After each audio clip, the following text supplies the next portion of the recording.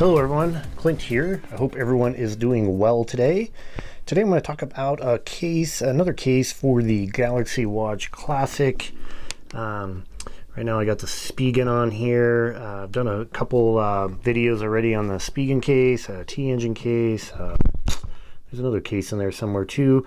And a viewer of mine told me about this one, and so I thought I'd give it a try, so I went ahead and picked it up. This is a full case by OTOPO. Yeah, this is the way the package comes in. It's in a kind of a plasticky package right there, and it is for the Galaxy Watch 4 Classic. So let me pull it out of this packaging here and we'll take a look at it. Okay, here we are out of the package. It looks very similar to the Spigen, but different, I guess. It's pretty different. Again, it has the straps built into it. However, I'm looking at these straps right now, and these are very interesting straps. If you take a look at it here, one thing I noticed, they're really close together. That could be pretty handy sometimes if you, if these ones are a little bit farther apart and you can't get the right size on your wrist. And so this one may be a little too loose or a little too, tight. So, a little extra group on that. But what I very interestingly though is there's no clasp on it right here. All you can do is see, as you can see here, like at first I thought it was broken, but it's not broken. It looks like it goes through here, and then you put it through there like that, and then you also put it through this one like that. Never seen a watch band like that. Maybe I just haven't come across one. Maybe there's more of them like that, but as you can see underneath there, then they just kind of clasp on and lock in. So yeah, if you're looking for if you have a hard time getting a band to fit, this definitely looks like it has a lot more adjustments to it.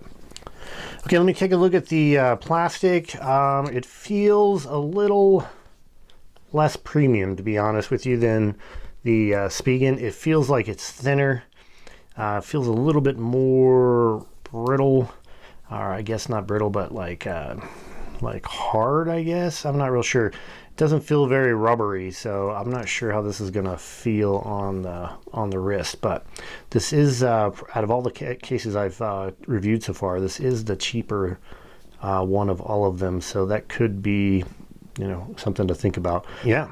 So a little bit harder, maybe less soft case. I don't know. We'll see what it looks like. All right, let's get the watch in there and take a look. All right, I got the watch out of the other one. Let's see how it gets in and out of the case. I find that's important. You want to be able to get in and out of your case pretty quickly, because if you're like me and you change your case a lot, I like to use these rugged bands for when I'm doing something rugged. And then sometimes just if I wanted to look like I am. That popped right in there. So yeah, that was pretty easy. Now I can see something interesting right here. Well, that's weird.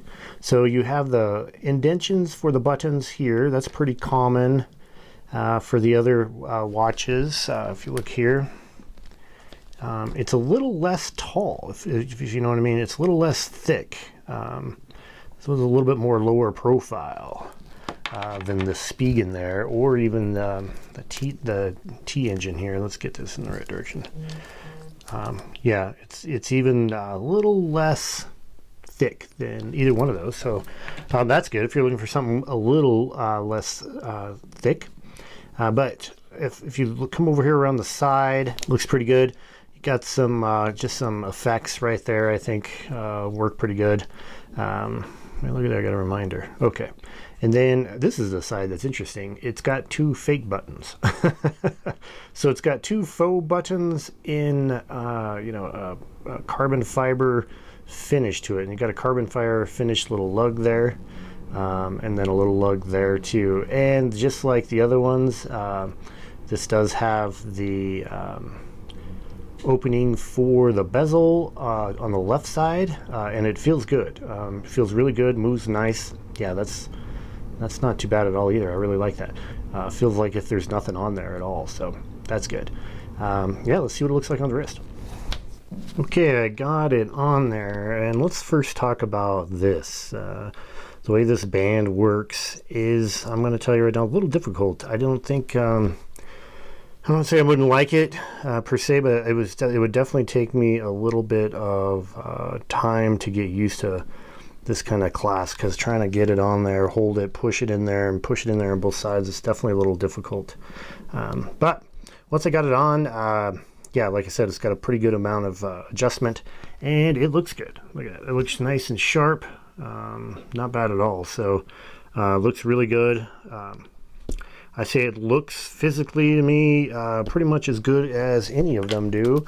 Looks as good as the Spigen, and it looks as good as the T-engine, I think. There, it looks really good. Not a bad thing. Pretty good. Not too bad at all. I can see, let's go to the side. It is a little bit different. And we do get like a little gap right here on both sides of that. Not too huge fan of that, because you can tell, which is a lot like the SUP case I reviewed, it kind of goes on the top and bottom kind of big before it makes the turn. And the Spigen so far is the only one I've tested, and the T-engine too. See how it starts to curve off right there? It doesn't go straight and then down. That's kind of how this one is. It goes straight and then down, so it's going to give you that little bit of a gap and make it look a little bit bigger on your wrist, I think, than if it has that curve to it. Curve around the wrist a little bit. I have a 7-inch wrist, if you're wondering.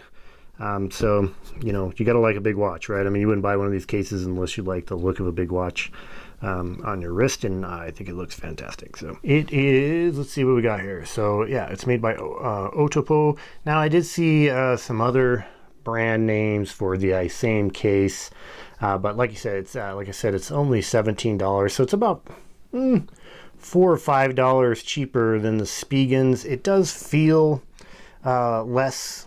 The quality's less than the Spigen one, I can definitely tell you that. But again, it still looks good. It's going to protect your watch for sure, so you wouldn't have to worry about too much about that. But this particular one is in black only. However, I think you can get it in different colors if you go with a different band. So yeah, there you go. $17, not too bad. I think it's you know, if you're looking for a cheaper version, or if you're looking for the one with a little bit more adjustment on here, give this one a look-see.